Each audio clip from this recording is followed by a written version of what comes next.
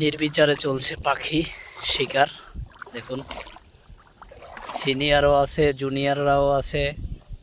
Senior junior সবাই মিলে এই যে পাখি শিকার করতেছে।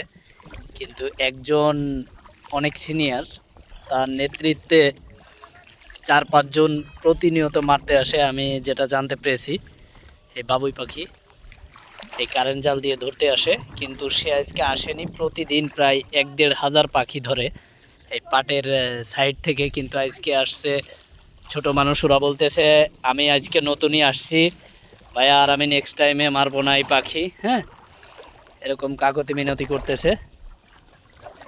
কিন্তু দেখছেন কিভাবে একদম নির্বিচারে চলছে বাবুই পাখি, মানে সব ধরনের পাখি শিকার।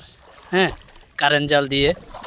আমি আসলে মেইন যেজন, হ্যাঁ, যে আসলে বিক্রি করে শত শত পাখি ধরে, যে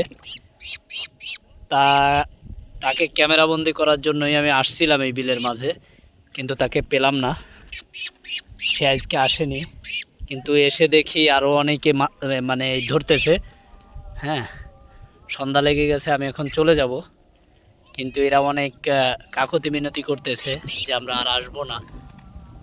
হ্যাঁ, এই যে দেখুন যারা মারতেছে।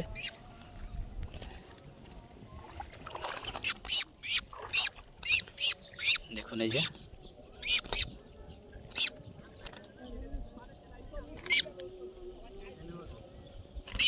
এই যে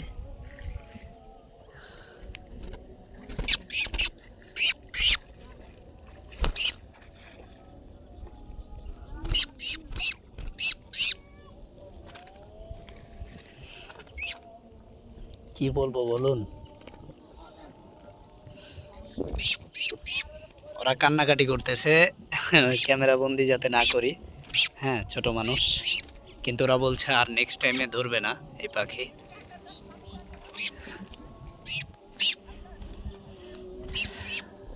মাগরিবের আজান দিয়ে দিচ্ছে, আমি এখন চলে যাব। ভালো থাকবেন। এবং মেইন যেজন আমার পার্শ্ববর্তী গ্রাম থেকেই যে মারে, তাকে ক্যামেরাবন্দি করার জন্যই আসছিলাম, সে আজকে আসেনি। এবং মাঝিদের যে মাছ ধরা ডালি, সেই ডালি নিয়ে এসে পাখি ধরে। তোমরাও তো প্রায় 30টা পেয়ে গেছো, 30টার মতো হয়েছে না? 30টা হবে না? 30টা পাখি ধরছো তোমরা।